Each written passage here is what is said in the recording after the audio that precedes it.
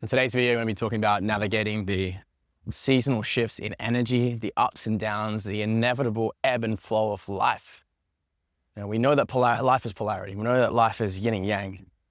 And for so many of us, me included, sometimes we attach to the light, we attach to the up, we attach to the good, and we neglect or resist the negativity when it shows up. And it shows up many times, like in a seasonal change right now. Here we're in Northern Hemisphere. We've just moved into the fall. We've moved in out of summer into a fall. So there is global natural process of shifting out of more of a solar period as we move into a more darker period. And we start to see that being reflected in trees and in nature, but we're also a part of nature. Our bodies are part of that. So there's a shift in energy happening inside of us as well. And the more attuned you get with yourself, the more in tune you get with your own energy, the more you pick up on these natural shifts. And one way I like to see it as well is if you track the moon. Every new moon, there's a new energy.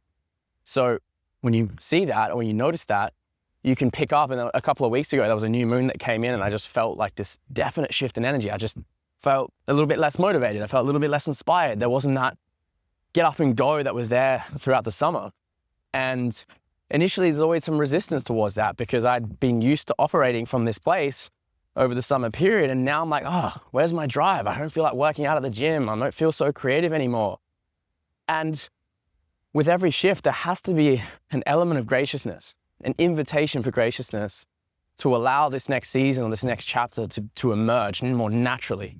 And there's ultimately a human practice because we're always going to cling to what worked for us. We're always going to cling to what was familiar, and we're always going to cling to what brought us results that the mind label as good. So there's sometimes this inevitable resistance that comes up when we are no longer in that flow or that energy that felt good. But as we all know, so much of the growth happens in the bad. So much of the growth happens in the periods of discomfort and darkness. And so this happens on a micro level, it happens on a macro level.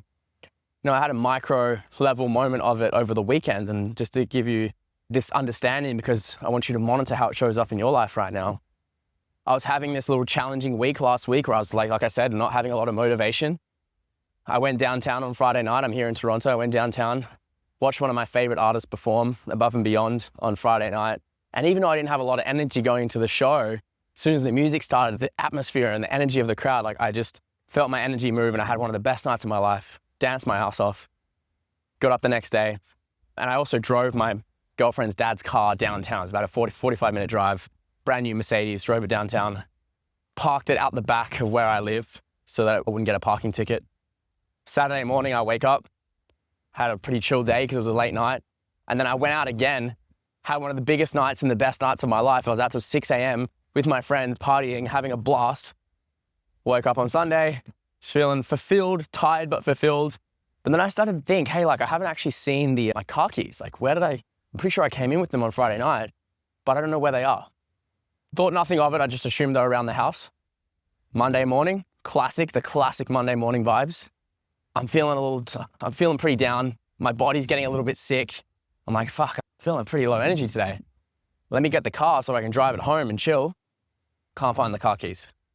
Search the entire house. I search everywhere. Can't find these keys.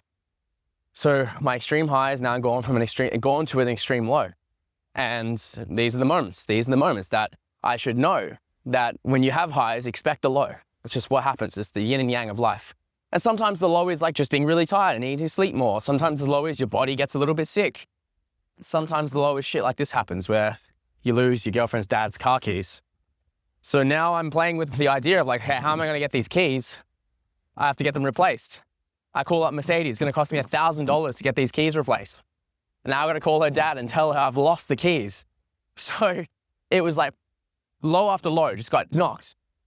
But because I've experienced this, because I have this awareness, and because I know that this is a part of life, I got to very quickly remove the resistance from that whole thing and just be like, this is it. I had the best, no regrets. I had the best night of my life. I saved $70 in an Uber driving downtown, but now it's going to cost me $1,000 in new keys. But who cares?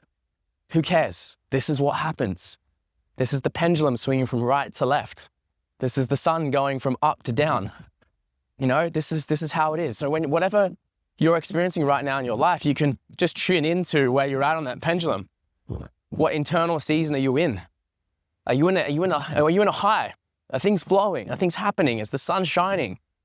You've got a bit of a pep in your step. Because if you do, great, enjoy that, but just know it's not going to last forever. And when you prepare or anticipate the inevitable low that's going to come with that, you can more easily surrender into it. You can more easily be gracious with yourself when something shit happens. Like you lose keys, or your car gets stolen, or you get a fine, or, something. You go, hey, this is life. Let me cop it on chin and go, hey, thank you for the growth. Thank you for the opportunity to practice letting go of my judgment about what is good and bad and just going, this is what is. Because that's the beauty of those times. You get to practice surrendering deeper and deeper. If you can practice in the small things, it becomes a lot easier in the big things, right? Because, hey, what's $1,000 to replace some keys? Is the car stolen? Is the car broken? No, all good. So if you're on the other end of the spectrum, if you're in the darkness right now, you're struggling, your pendulum's on this other side, you're like, man, I'm getting knocked down right now. When's this going to end? Just know that it will end. And it will end quicker the more you let go of your resistance to being in the suffering. Because maybe there's something for you right now in the suffering. Maybe you need to experience this. Remember, God doesn't have judgments. God's not cursing you because you did something wrong. God is above all of this. So God encompasses all of this, the up and the down, the dark and the light. And God is not personal. So you're not being punished. Just remember that. And the more you can relax into or accept that, hey, there's so many lessons that come out of the darkness or the challenges that you might be experiencing right now. And the more you can open your awareness or your perception to maybe receive, what am I learning throughout this period? And how is this preparing me or setting me up so that I can achieve the things that I really want, so that when the right season comes around, you're there. You got it. It comes in. So I think you get where I'm going with this, right? There's this inevitable seasonality. There's inevitable change. And that's why life is so beautiful. Love the change. Love it. Why would you want it to be the same all the time? Why would you want things to always be going good? You would get bored of that. You would get bored of that. We need the suffering. We need the pain. It's a part of this experience to support our evolution, not just in this lifetime, but in future lifetimes. It's why our soul came here. It's why you came here. Your soul was birthed into this body and this human experience so that it could experience the full gamut, the full range. So when something's not going your way, why judge that? Maybe that's exactly what you need for your growth and evolution. And so now you get to go, thank you. Fuck yeah, bring it on, thank you. $20,000 fine, all right. Let's go. See how we're gonna figure this one out. It's just a completely different energetic field that you operate from when you break resistance and you have more graciousness with this inevitable change of life. So if you're in the Northern Hemisphere, we're in a season of change right now. We're in the fall. What's that inviting you to step into? What's that encouraging you to do less of or more of? What is this season requiring of you? Great question to contemplate on. Maybe it's less working out, less training, less physical exertion. Maybe it's more. Maybe it's more meditation. Maybe it's less. For me, it's always more time in nature. There's just a very common theme that I sense when I'm out here, particularly this time of the year in this side of the world. Weather gets a little bit cooler. There's something in me that attunes more deeply to the subtleties of nature and the connection I have with plants and trees and animals. And almost like I get drawn into it. I'm like, I need to just be in nature right now and I need to just listen. And it feels so rejuvenating when I do that, because I've just come out of a period of summer where there's so much activity, there's so much movement and noise. And it's almost like my soul craves that period of introspection.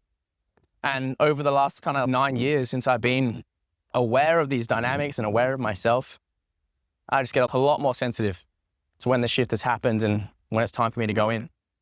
So it's always fascinating for me as well when I'm traveling, because soon I'm going to be flying back to South Hemisphere, going back to Australia, going back into a period of summer. And it's an interesting thing when you've just come out of a period of internal summer, you go back into another summer, and then there's just your body's being constantly pulled outward. And I've noticed as well through all the traveling that there will always be a time that the body will stop you and tell you that you need to go inward. Getting sick is one of those mechanisms that the body will do that. If you find yourself constantly getting sick, it's probably because you are not honoring whatever energetic shift is needing to unfold. It's a buildup of energy. I also like chat with a lot of guys. I coach a lot of guys, and sometimes they tell me about, oh, I'm feeling this impulse. I have this urge or this impulse to want to check porn or watch porn or to have a release or smoke the cigarette or drink the alcohol. I keep having these impulses. And I always ask them, like, what do you think's causing that? Why do you think that's coming up? Why is that there? I always probe a little bit deeper. I'm like, oh, how much exercise are you doing right now? How much caffeine are you drinking? Usually there's a common denominator there, because these urges to want to have releases in this format or in this way is because there's a buildup of energy that's not being circulated, that's not being honored.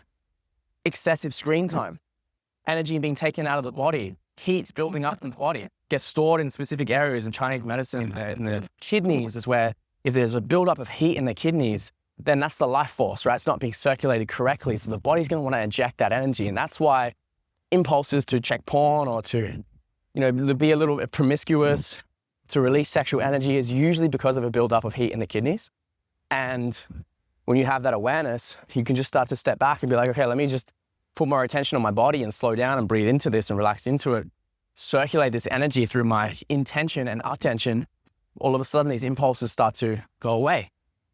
Have that understanding or that connection with the body can help so much with knowing where's my energy at today and what does my body need today.